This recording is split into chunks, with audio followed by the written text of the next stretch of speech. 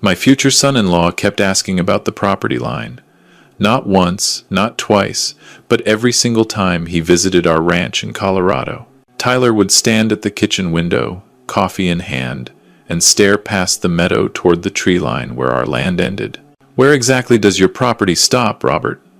he'd ask casually, as if he were just making conversation. The first time, I thought nothing of it. The second time, I figured he was just curious about country living. By the fifth time, something in my gut twisted.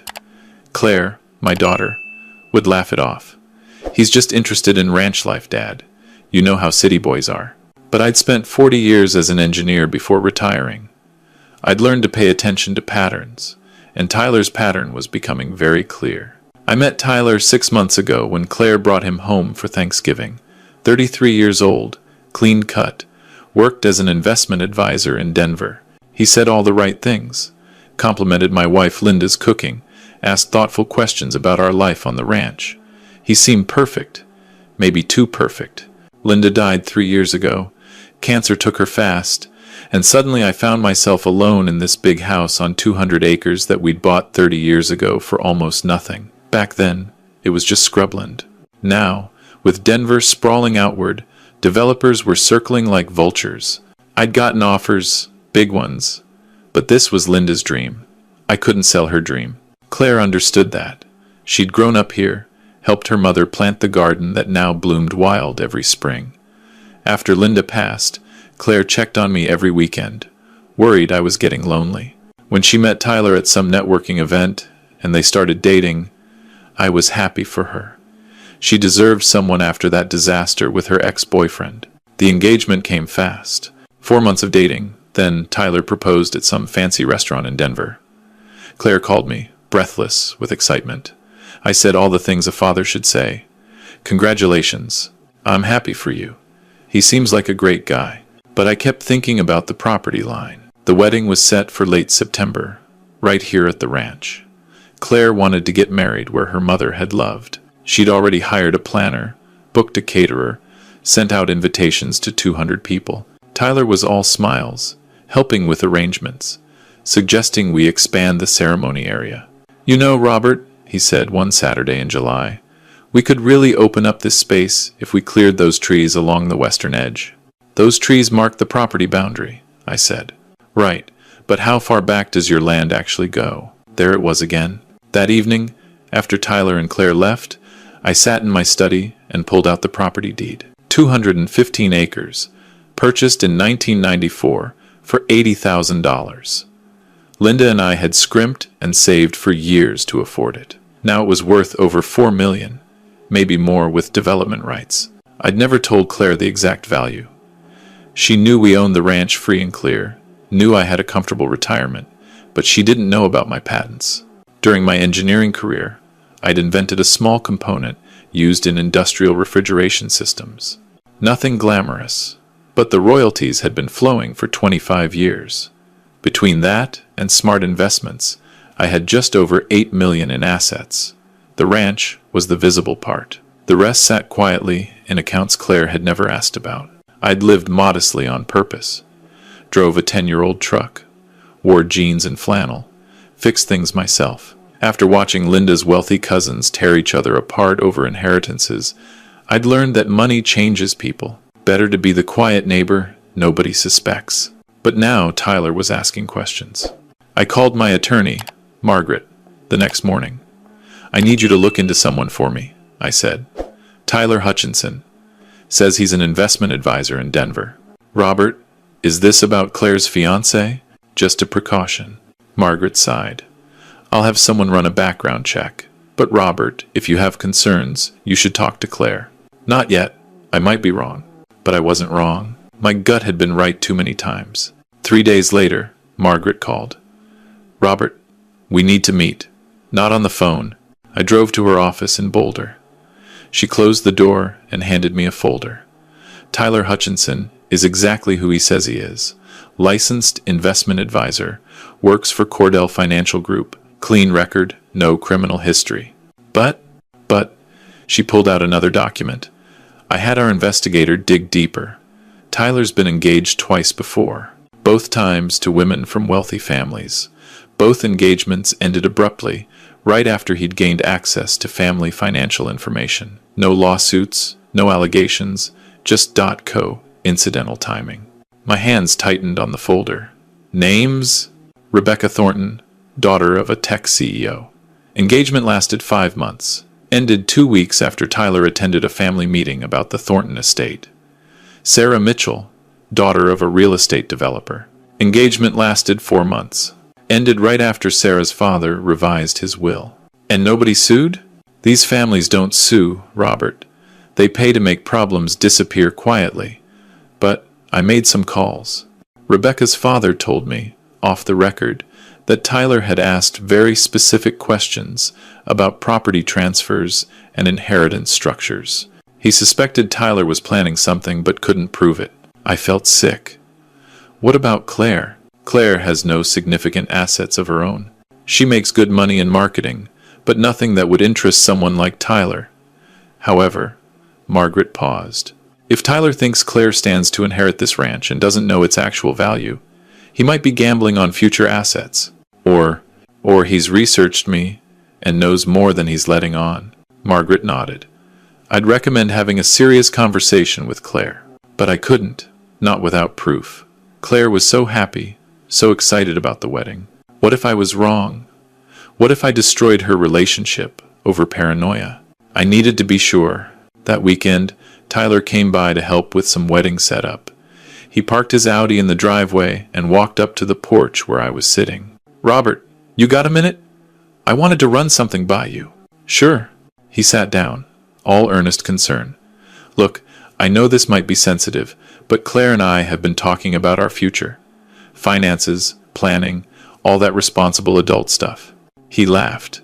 I'm an investment advisor, so I can't help myself. I was wondering, have you thought about estate planning? Making sure everything's set up properly for Claire? My blood went cold, but I kept my face neutral. I've got a will. That's great, but with a property like this, you might want to consider a trust. More tax efficient. I'd be happy to help. No charge. I mean, I'm going to be family. I'll think about it. And Robert, I hope you don't mind me saying this, but at your age, you should also think about long-term care planning. What if something happens? Who's going to manage this place? A ranch is a lot of work for one person. There it was. The same script he'd probably used with Rebecca's father and Sarah's father. Plant the seed. Get access to the financials. Then what? I didn't know yet, but I was going to find out. You make a good point, I said slowly. Tell you what, why don't you and I sit down sometime next week? You can explain all these strategies to me. Tyler's eyes lit up. Absolutely. I'll bring some materials. We can really optimize your situation. After he left, I called Margaret again. I need surveillance. Robert, he just asked about my estate planning and long-term care. He's positioning. I need to know what he's really planning. Margaret was quiet for a moment. I know someone, a private investigator. Very discreet. Hire them. The investigator, a woman named Patricia, was worth every penny. Within a week, she had Tyler's phone records, his email patterns, his meeting schedules. Nothing illegal, she assured me. Just good old-fashioned detective work and some strategic social engineering. She called me on a Tuesday evening in August. Mr. Caldwell, you need to hear this. She'd managed to place a recording device in Tyler's car during a routine service appointment at the dealership. It was legal, she assured me, because the device was technically a maintenance sensor that happened to record audio. The lawyers could figure it out later. I listened to the recording in my study, alone. Tyler's voice. Yeah, I'm at the ranch again, playing the dutiful son-in-law. This old man has no idea.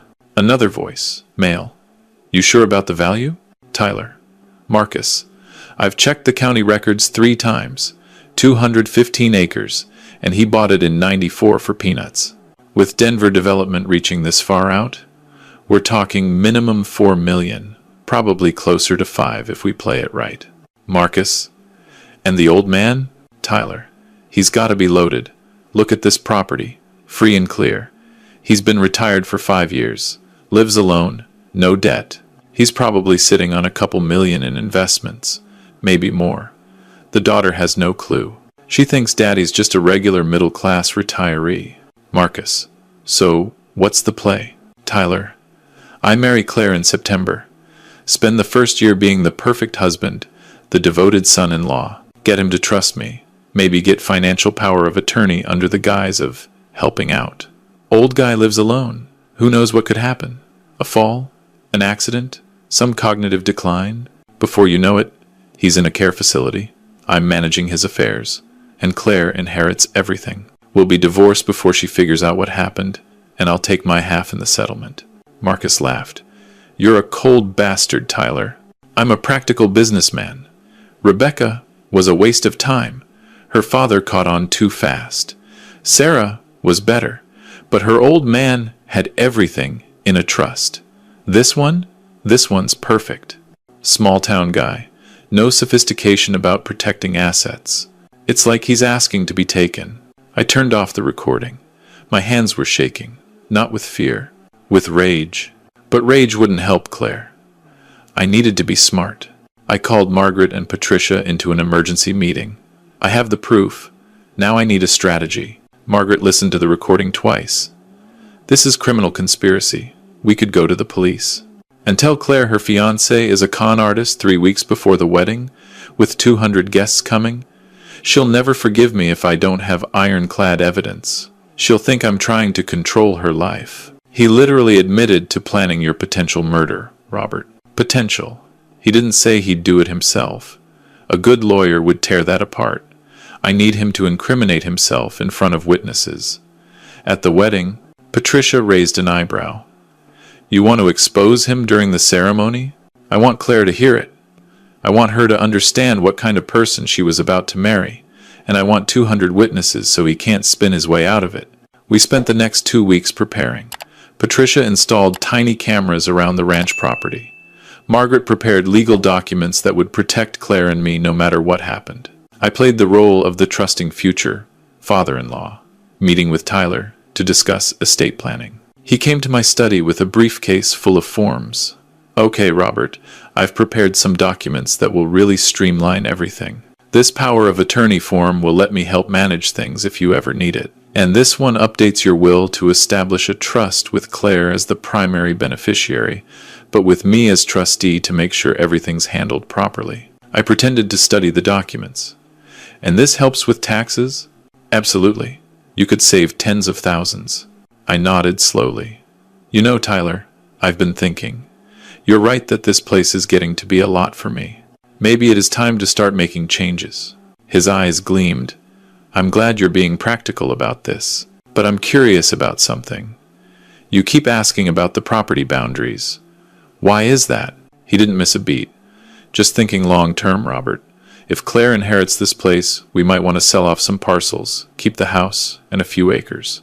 No point holding on to land we won't use. We? Well, Claire and I. As her husband, I'd want to help her make smart financial decisions. I smiled. Of course. Family helps family. He left that day thinking he'd won. I let him think it. The week before the wedding, Claire noticed I seemed distracted. Dad, are you okay? You've been quiet lately. Just thinking about your mother. Wishing she could be here for this. Claire hugged me. I know, Dad. I miss her too. But I think she'd be happy for me. Tyler's wonderful. I wanted to tell her everything right then. But I couldn't. She needed to hear it herself, understand it completely. Otherwise, she'd always wonder if I'd manipulated the situation. I'm sure she would be, I said, hating myself for the lie. The day before the wedding, Tyler's friend Marcus arrived. I recognized him from Patricia's surveillance photos. He was staying at a hotel in town, supposedly Tyler's best man. I watched them at the rehearsal dinner, laughing together, confident. Tyler gave a toast to Robert, who's welcomed me into his family, and to Claire, who's made me the luckiest man alive. Tomorrow is going to be perfect. Everyone applauded. I raised my glass and smiled. The wedding day was perfect. Colorado weather. September sunshine, aspen leaves turning gold, mountains sharp against the blue sky. Linda would have loved it. Guests filled the folding chairs on our lawn. The arbor Claire had insisted on, stood decorated with late summer flowers. I walked Claire down the makeshift aisle, her arm through mine, her mother's pearls at her throat. She looked so happy. It broke my heart knowing what was coming. "I love you, Dad," she whispered. "I love you too, sweetheart. Always." I took my seat in the front row. The ceremony began. The officiant started his speech about love and commitment. Tyler stood at the altar, perfect in his tuxedo, smiling. Then, during the exchange of vows, just as Tyler was about to say "I do," Claire's hand moved to her bouquet. She pulled out a small folded paper and handed it to me. Her eyes locked on mine, full of tears. I opened it. 3 words in her handwriting. "Dad, help me." Everything stopped. I looked at her. She was staring at Tyler, her face pale, and I realized she was terrified. I stood up. "Stop. Stop the ceremony." The crowd murmured. Tyler turned. "Robert." "What?" "Claire." I kept my voice calm. "What's wrong?" She took a shaky breath. The words came out in a rush. "I heard him last night. I went to his hotel room to surprise him, and I heard him talking to Marcus about how he was going to—" She couldn't finish. Tyler's face went red. "Claire, you're being ridiculous. You misheard. You said you were going to make sure my dad had an accident after we were married. You said once you had power of attorney, it would be easy." Her voice broke. "You said I was stupid and wouldn't figure it out until you'd already taken everything." The crowd erupted. Gasps, shouts, people standing up. Tyler grabbed Claire's arm. "You're hysterical. This is wedding day nerves." I moved forward, but 2 men were faster. The county sheriff and a deputy, both friends of mine who'd been sitting in the audience in plain clothes, had Tyler's arms behind his back in seconds. "Tyler Hutchinson," the sheriff said, "you're being detained for questioning regarding conspiracy to commit fraud and possible conspiracy to commit violence." Marcus tried to run. He didn't make it past the driveway before Patricia tackled him. She'd been waiting by the cars, just in case. The next hour was chaos. Guests being asked to give statements, Tyler screaming about false accusations and lawsuits, Claire sobbing in my arms. Margaret appeared with the recordings, the evidence files, everything we'd collected. Finally, the police took Tyler and Marcus away. The guests slowly dispersed, some supportive, others just eager for gossip. The caterers packed up the untouched dinner. Claire and I sat on the porch steps, still in our wedding clothes, watching the sun sink toward the mountains. "I'm sorry, Dad," she said quietly. "I should have told you sooner. I've known for 2 days. I heard them talking, and I just froze. I didn't want it to be real. I kept thinking maybe I'd misunderstood. Maybe there was an explanation. So I went through with all the preparations, and I was going to marry him. And you gave me that note at the last possible second. Why, Claire?" She wiped her eyes. "Because I was scared. What if I was wrong? What if I ruined my own wedding over a misunderstanding? But then, standing there, about to say, 'I do,' I realized I couldn't marry someone I didn't trust. So I wrote the note, and I prayed you'd understand." I put my arm around her. "I did understand. I've understood for months." "You knew?" "I suspected. I had him investigated. I have recordings of him and Marcus planning this whole thing. I was going to expose him today, even if you hadn't given me that note." Claire stared at me. "Why didn't you tell me?" "Because you wouldn't have believed me. You'd have thought I was being a controlling father who didn't trust your judgment. You needed to discover it yourself. Come to your own conclusion. I was just there to back you up when you did." She leaned her head on my shoulder. "I feel so stupid." "You're not stupid.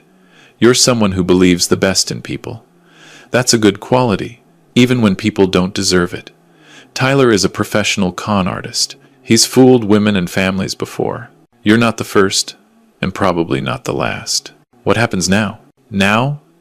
The district attorney will review the evidence.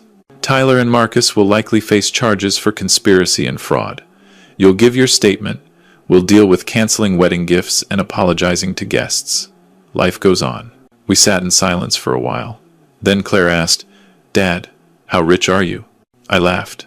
"Why do you want to know?" "Because Tyler kept saying you were loaded. I always thought we were comfortable but normal.